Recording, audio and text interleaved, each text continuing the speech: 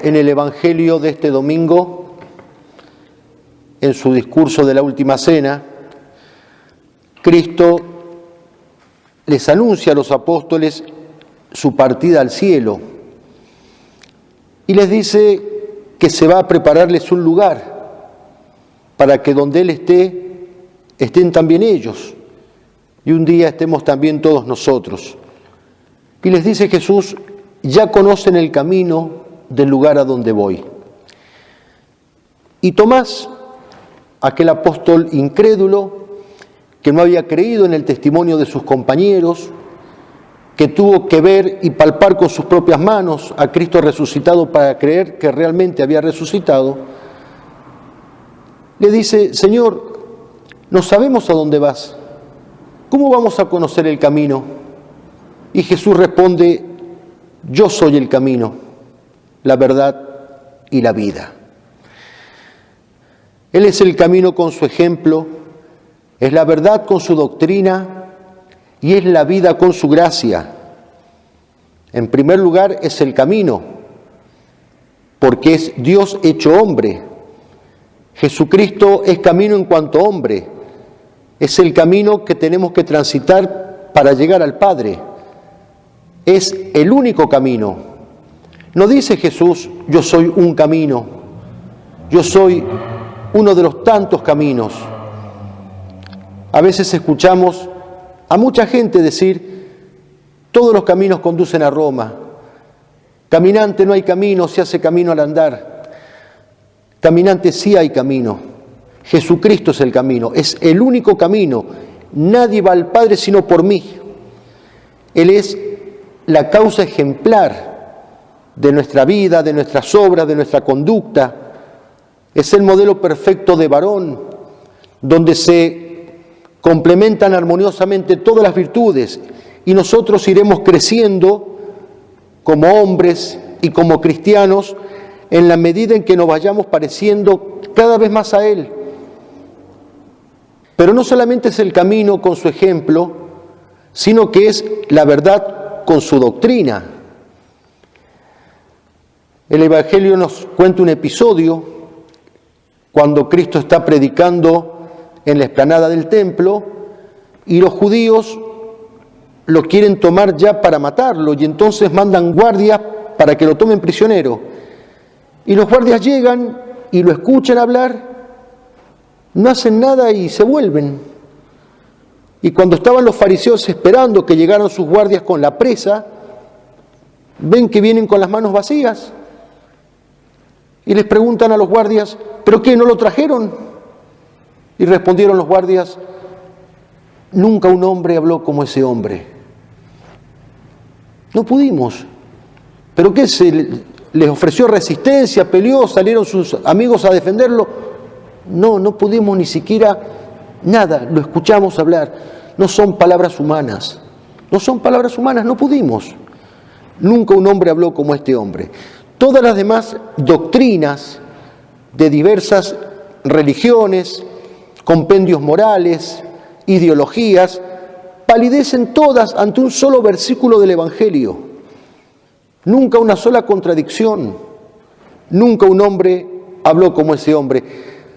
Afirmación que el mundo no soporta, afirmación que el mundo no tolera, no la puede digerir. Cristo vino a salvar al mundo, pero a los 3 años de su vida pública, el mundo lo terminó vomitando con repugnancia y clavándolo en la cruz.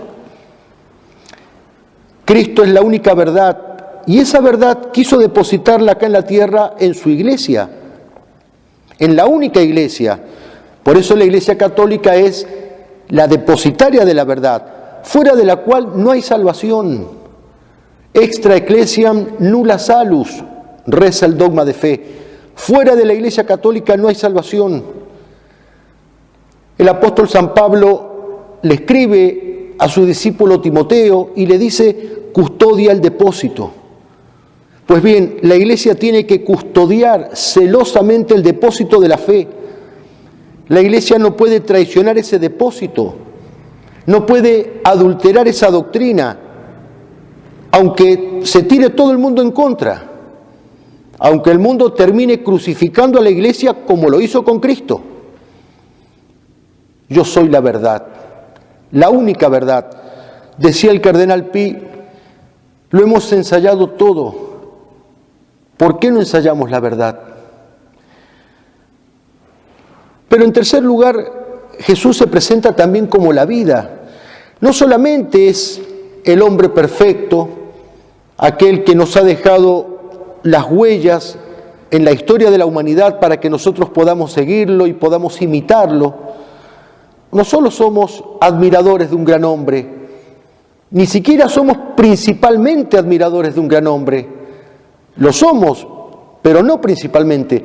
Principalmente somos adoradores. No somos imitadores de un gran moralista, de un gran profeta. Somos adoradores de un Dios vivo, de un Cristo vivo, siempre vivo para interceder por nosotros. Ese Cristo que dijo, he venido para que tengan vida y la tengan en abundancia. Y si Él es el camino con su ejemplo y la verdad con su doctrina, es la vida con su gracia. Esa vida divina que solamente encontramos en la Iglesia, principalmente a través de los sacramentos. Esa vida divina que el protestantismo, por ejemplo, encabezado por Lutero, no quiso aceptar. Decía Lutero, Cristo sí, Iglesia no. Y no existe un Cristo sin la Iglesia. Y no existe la Iglesia sin Cristo. Esa vida divina que es Cristo Jesús la dejó depositada en su Iglesia porque Él es la vid, como lo dijo, y nosotros los sarmientos. No podemos vivir separados de la vid. Precisamente la gracia santificante, la vida divina de Dios en nosotros, es esa gracia que va de la vid a los sarmientos para que los sarmientos vivan. Sin mí nada podéis hacer, nada podéis hacer. Cristo vino a traernos la vida con mayúsculas. En esta tierra la vida de la gracia y después de la muerte la vida eterna, el cielo. Toda nuestra preocupación ha de ser vivir de esa vida, no de esta vida efímera, terrena, pasajera, sino de la vida divina. Para decir con San Pablo, ya no vivo yo, es Cristo quien vive en mí. Sigue diciendo el apóstol, a fin de que no vivamos más para nosotros mismos, sino para Él, que por nosotros murió y resucitó. Yo soy el camino, la verdad y la vida. Esta triple afirmación de Jesucristo es rechazada por el mundo. El mundo no lo soporta y no nos ha de extrañar que nuestras autoridades tengan aversión y que quieran impugnar, rechazar esa verdad de Cristo Jesús, ese camino y esa vida.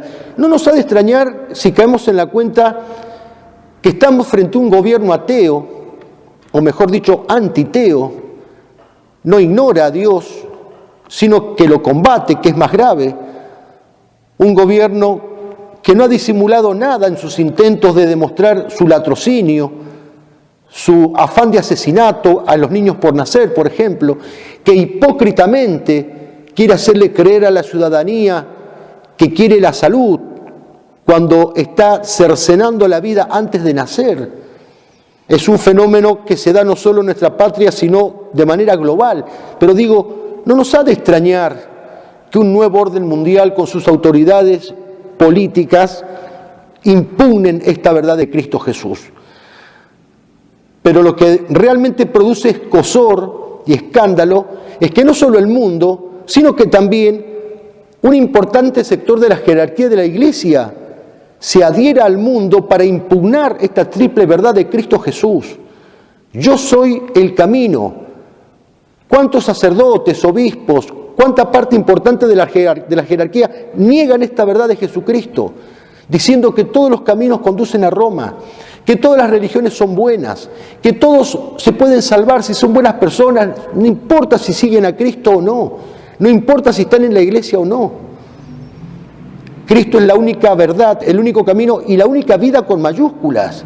Esa vida que parecen ignorar y despreciar los que le están apostando a esta vida. Es misión de la jerarquía de la Iglesia, es misión de nosotros los sacerdotes, de los obispos, del Papa, predicarle al mundo y darle al mundo, a los hombres, los elementos que el hombre necesita para salvarse. De la exuberancia del corazón habla la boca, el obrar sigue al ser. Si alguien le está apostando principalmente a la vida del cuerpo, es porque su fin último está en esta tierra. En cambio, si alguien le apuesta a la vida del alma, es porque su fin último está en la eternidad. Qué mal que debemos estar como iglesia cuando, como jerarquía, se está prohibiendo a la feligresía asistir, participar de los santos misterios para adorar al único Dios verdadero. Qué acto criminal disfrazado de caridad, de solidaridad, de salud, de acto humanitario. Qué hipocresía que hay, digo, hablándoles a la gente de salud y privándolas del principal remedio, que es Jesucristo. Dejemos que el mundo ateo que no cree o que combate a Dios se esfuerce en prodigar los medios sanitarios para el mundo. Pero la Iglesia como tal debe darle a los hombres los medios sobrenaturales, no los medios humanos. Los medios humanos los da el mundo. ¿Quién le da a las almas la gracia que las almas necesitan para soportar en caso que llegue la enfermedad, para soportar cristianamente la muerte, para morir en gracia de Dios, para tomar todo esto como una prueba que los puede acercar a Dios y por lo tanto conducirlos al cielo? Si los pastores están apoltronados, están encerrados, no se animan a darle a las almas lo que las almas necesitan, ¿quién se los va a dar? Qué mal que deben estar las cosas cuando ese importante sector de la jerarquía no solo que no enseña esto, sino que hostiga, persigue a los pastores que sí lo quieren hacer de verdad, en connivencia con el poder político que aplica amenazas, sanciones, multas y hasta cárceles a sacerdotes que quieren darle a las almas aquella vida divina que Cristo nos vino a traer. Vamos a pedirle a la Virgen que nos conceda la gracia de crecer en la fe, que nos conceda la gracia de aferrarnos a Jesucristo y a su iglesia, esa iglesia de Cristo Jesús que no necesariamente coincide con algunos aspectos visibles de su jerarquía que son los que vemos. Esa iglesia de Cristo Jesús que se va como reduciendo en número, esa iglesia de Cristo Jesús que se va transformando como en los primeros tiempos en el fermento de la masa, en esa semilla de mostaza que dice Cristo que es la más pequeña de todas.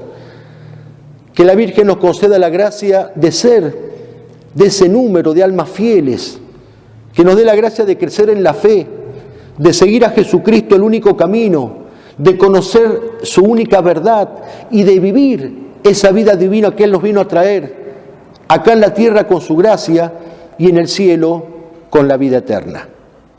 Que así sea.